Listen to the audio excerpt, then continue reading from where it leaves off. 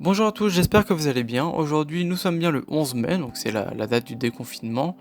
Et on va faire un petit point, donc surtout d'un point de vue nature, sur ce confinement, quels ont été les points positifs ou négatifs. Alors je pense qu'on est tous d'accord pour dire que de manière générale, le confinement a apporté un certain bien-être à la nature. Comme l'a pu témoigner encore Yves Verillac, donc qui est directeur de la LPO, ou encore Romain Juliard, donc qui est biologiste de la conservation au Muséum d'histoire naturelle, ce confinement a apporté un certain répit à la nature. Je dirais même plus un certain répit de la nature, quel que soit l'endroit où l'on a été, bien évidemment. Donc que ce soit en Inde, en Chine, en Italie, etc., etc. Et ça, les cartes sur la vue de l'espace où l'on voit la pollution chuter le pauvre. Donc, comme nous l'apporte Geo.fr, le braconnage connaît une hausse dans les pays pauvres. De plus, de nos hausses de braconnage de pays riches qui sont plus minimes, la hausse a été plus minime, mais il y a également une hausse.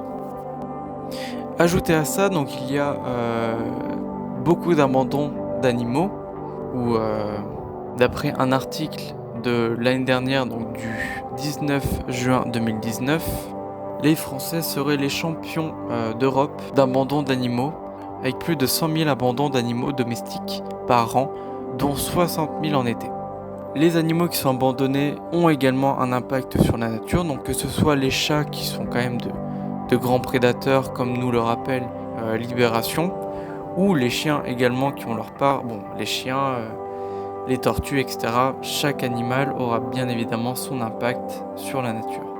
Comme anecdote, par exemple en Guyane, sur les plages lors des explosions des œufs de tortues luttes, beaucoup de tortues luttes n'arrivent pas à regagner l'océan parce que elles sont mangées par les chiens errants.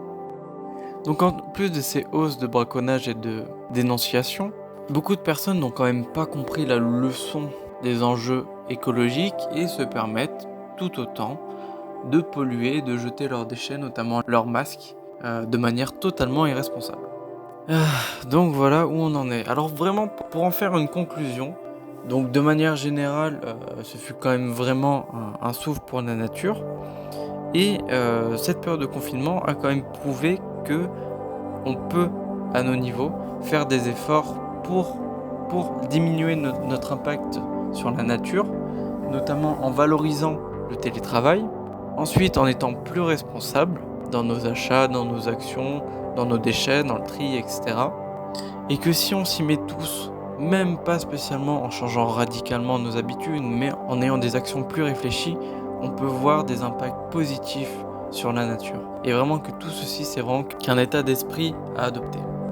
Je vais mettre en lien donc ce qu'a conseillé l'ONU et une page Facebook qu'a partagé WWF, en plus de l'application WAG, donc, que j'avais parlé dans une autre vidéo dans le spécial Noël, donc, qui est l'application We Act for Good, donc, qui donne des conseils sur comment vivre un peu plus proprement, concernant la nature bien évidemment. Et je vais finir cette vidéo sur quelques images des animaux curieux ou un peu plus joyeux entre guillemets, de pouvoir aller à des endroits qui leur sont accessibles habituellement à cause de la fréquentation humaine. Donc voilà, sinon j'espère que vous allez bien et je vous dis à bientôt.